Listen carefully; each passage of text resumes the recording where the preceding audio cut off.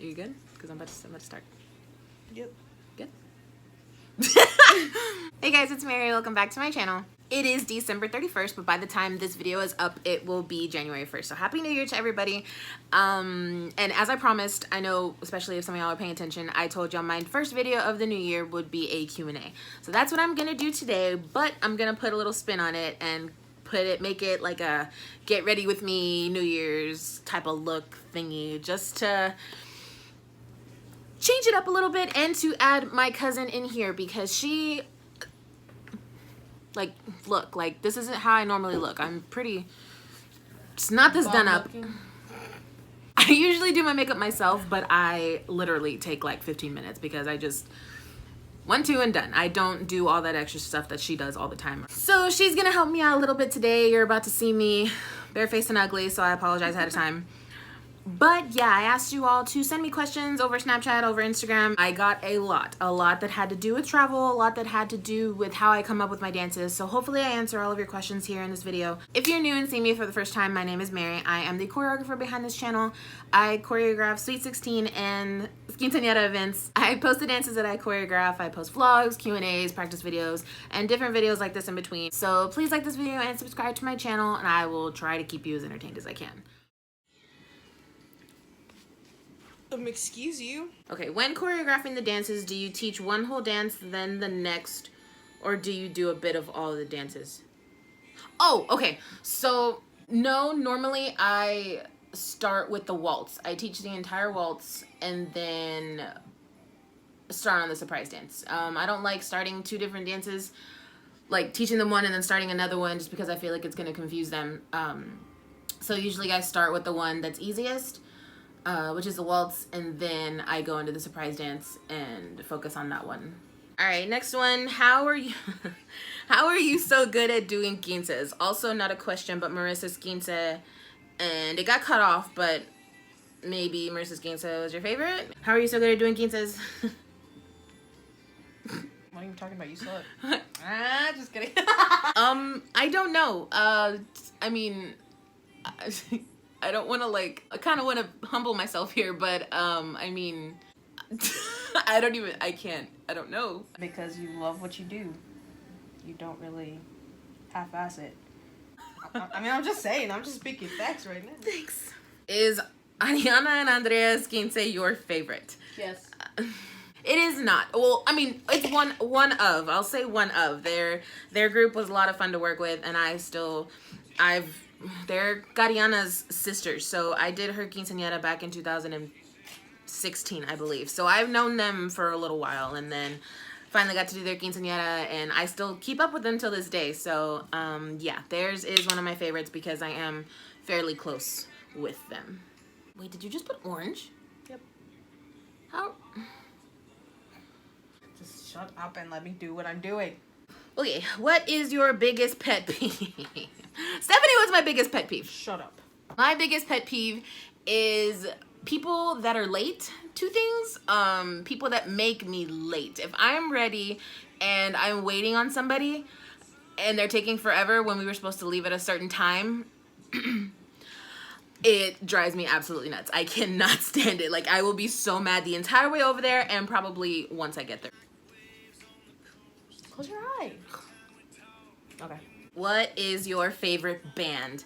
My favorite, well, at the moment, my favorites are probably, well, CNCO, BTS, and Little Mix. And One Direction is in there still because, you know, diehard fan, but they're not together at the moment. And yeah, I'm not going to revisit that subject, but What? yeah, those 3 with One Direction. You mean the band that broke up? Shut up. What is your favorite music to choreograph? I think I answered this one in my last one. My favorite would probably be bachata or choreographing a waltz dance. And I know that's weird because that's probably the one that everybody dislikes the most. Not dislikes, but dislikes practicing the most. But yeah, I like pretty songs, and waltzes are always very, very pretty. So waltz and bachata. Bias in BTS. Mine is Suga. My bias is Jungkook and Jimin. I can never decide between the 2. So yeah, those 2. Do you come up with your dances at practice or do you plan ahead? I try my best to plan ahead. I do it at least the week before, if not a couple of days before. And if I'm really busy, I will do it the day of, either before practice or sometimes even in the car. Like on my way, I'll be doing things in my head, listening to the music, so I have something to teach them when I get there. Worst case scenario, if like, let's say I go to practice and I teach them everything I've already planned out and I don't have anything else, usually I'll give them a break so I can come up with something really quick. It's very rare when I have to do that, because I come up with a pretty large chunk. I rarely ever have to make up something on the spot, but when I do, yeah, it does get kind of hard because I don't like repeating myself. I don't like using things that I just used in another quince. So I try to come up with as much as I can. Can I open my eyes? Yeah. Okay. Sorry. I try to come up with as much as I can so I'm not stumped at the practice and I don't have to like delay or anything. Sorry. Ah! I didn't know it was good. Do you like setting up quinces? I'm guessing, you know, doing the choreography and stuff like that, because I don't like do anything other than that. I don't like plan out anything as far as like scheduling or helping with decorations or anything like that. I just do the choreography part of it, and setting up that part. Sometimes I help with the schedule if, you know, the parents are kind of stumped in what to do, or how I want to set my part up. But other than that, I usually don't take part in anything else unless I'm asked to. But I do enjoy the part that I do. Okay, so this next portion, I'm pretty sure is the reason why you're watching. I got a lot. When I say a lot, I mean like a lot of repetitive travel questions. Mainly about me traveling out of the state, mainly about how far I go. And I've answered this a lot before, but I'm pretty sure, you know, for my new subscribers, for my new followers, things like that, they don't know. So I'm going to address it again. So this next portion will just be about travel. I've gotten, do you only choreograph where you're from, or is there a chance you travel? What is the farthest you travel for a quince? By the way, I love your videos. Thank you so much. Would you travel to another state to choreograph a quince? What is the farthest you travel? Do you travel to choreograph? Would you ever do practices out of the state, like Oklahoma? Would you ever go out of Texas to teach a quince core? Do you only choreograph in Texas? So, honestly, I would love to travel out of state to choreograph a quince. It's probably one of the bigger dreams of mine as far as my business goes. But my price would go up a lot. It would go up a lot because I have to go up there wherever I'm going. So let's say I've gotten asked to do one in California, which I've gotten asked to do before. I would have to fly out there at least 5 weekends to give y'all all 10 practices or more if y'all wanted them. I would have to fly up there probably, I kind of thought about it, maybe every Friday night, and leave every Sunday evening, because I do have a full-time job that I would need to get to that Monday. So, yeah, it would just, I believe I would have to factor that part in. I would have to factor the fact that I have to stay up there at least 2 nights per weekend, and that would add up a lot. And I really don't think that someone would pay that much to get me to come out there to do their quinceañera, because of the fact that I'm so far. But it is something that I would want to do, maybe like surrounding states like Oklahoma, maybe like near the border of Texas and Oklahoma, so I don't have to go too far. But maybe in the future, because it would be neat to do one outside of my home state. But that would have to happen probably when I get a little bit more financially stable. I would have to save up a lot to be able to make that happen. But maybe sometime in the next couple of years or so, if I'm still doing this, maybe that would be doable. But as of right now, I cannot. The farthest I think I would go right now would be at max 3 hours. But I would need to have a huge notice. I would need to know at least a whole year in advance, if not more, because when I get the quinces that I get, I already start planning out practice dates. And if I have, you know, 2 or 3 or even just one, it's gonna cut into their time and into your time. I'd probably come Saturday morning, have practice that day, stay overnight, have practice again on Sunday.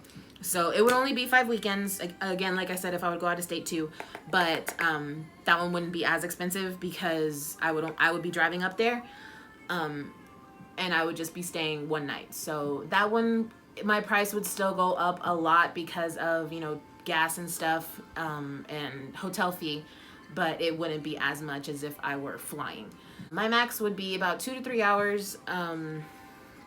So yeah, I know I've done one in Dallas. I'm doing one in Nixon right now, which is about a little under an hour and a half from where I live. I've gotten asked to do Grand Prairie. I've gotten asked to do Houston, and those would be doable for me. But like I said, I would have to plan it out like big time before I would even try to travel out there. It's not shimmery? No, did you want shimmer? Duh. I'm just looking to see. Stop looking. Whoa, if you lose your one and only. Close your eyes. Would you ever buy an actual vlogging camera or just continue to use your phone? P.S. Claudia's group, and that one got cut off too. So this one was actually from one of my girls in Claudia's group. I do want to buy a vlogging camera because the quality is a lot better than just my phone, and I'll be able to not take up so much memory and stuff on my phone. But at the same time, I do like keeping it on my phone because then I can edit anywhere I go, and it's so like compact. Like I have it just in my pocket. Like I can just whip it out and start recording. With the camera, yes, they're still small, but they're not as small as a phone. So I feel like if I were to get a vlogging camera, I'd probably set it down and forget to record the rest of the practice. Who is your favorite group? Just kidding. What is your favorite outfit to wear? Honestly, anywhere I go, you're gonna catch me in my black pants and my boots because that's all I wear. But you know what? I don't care because if you don't like it, don't look at me. Just kidding. Shut up. Good? Yeah. Stop doing that. When did you start to become a choreographer? Also, I love the dance courts you post. Hey, thank you. Well, I started about 4 years, well, a little over 4 years ago, doing this one, Skinte. Yeah, 4 years ago. My tia just asked me to choreograph her quince, and so after that, I just got asked by other people, and yeah, it's just gone on from there. It hasn't stopped, so I am grateful though because I really, really enjoy it. So I'm gonna do this for however long everyone will have me. Okay, how many practices would you recommend and when should you start practices? So I give 10. I give 10 weeks, practice once a week, which is usually enough time for my kids to get stuff together. This is so ugly. Sometimes I'll add in more, sometimes, actually no, Malera, I never take out less. So sometimes I add in more towards the end if they feel like they need more practice, but the 10 practices is usually enough. So if you have people that aren't as experienced with dancing, or if you don't have someone, like say you didn't hire anyone like a choreographer to do yours, I would add in a couple extra weeks just to give y'all a little bit more extra time. But yeah, 10 weeks usually works for me. So I would say at max 3 months, but you know, I always tell my people like too much practice is better than too little practice. How do you come up with your dances? I will literally sit and listen to the song over and over and over and over again until I can like see it in my head. Usually when I first hear the song, like I'll notice or I'll kind of pick out parts that stand out to me. Like I guess the more heightened parts yeah, like the dramatic parts. Like I feel like I can see what I want to do right there, and then I'll go back and like plug in different moves to lead up to that part, and then yeah, it just all falls together. But normally I will over and over and over again. So it does get a little annoying, especially if you're with me while I'm doing that because literally, when I say over and over and over again, I mean like 24/7 until she gets it down. Yeah.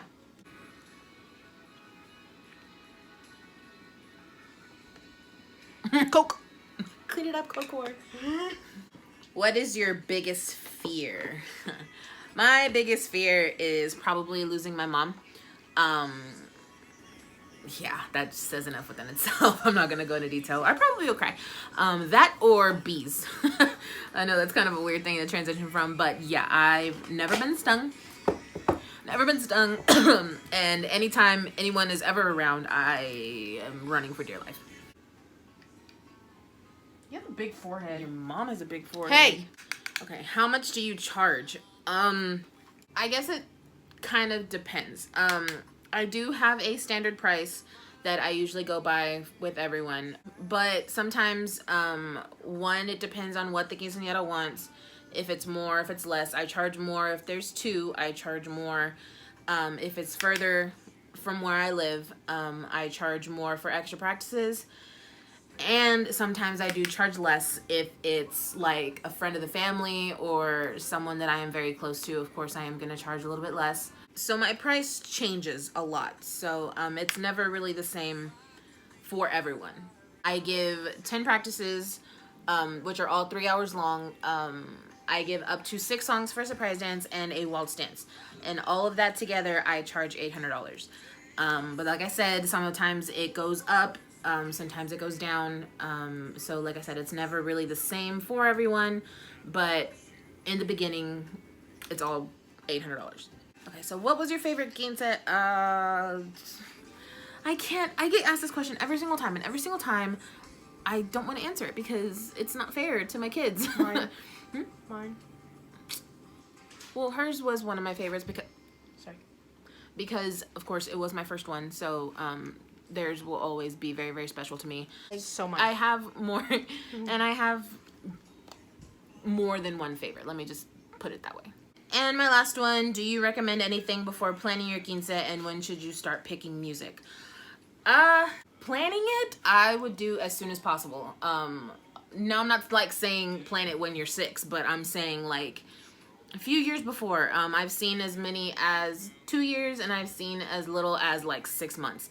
So personally, I think the sooner the better, so you have more time to figure stuff out, like your music. For me, I tell my girls to at least have their songs ready by a week before their practices start.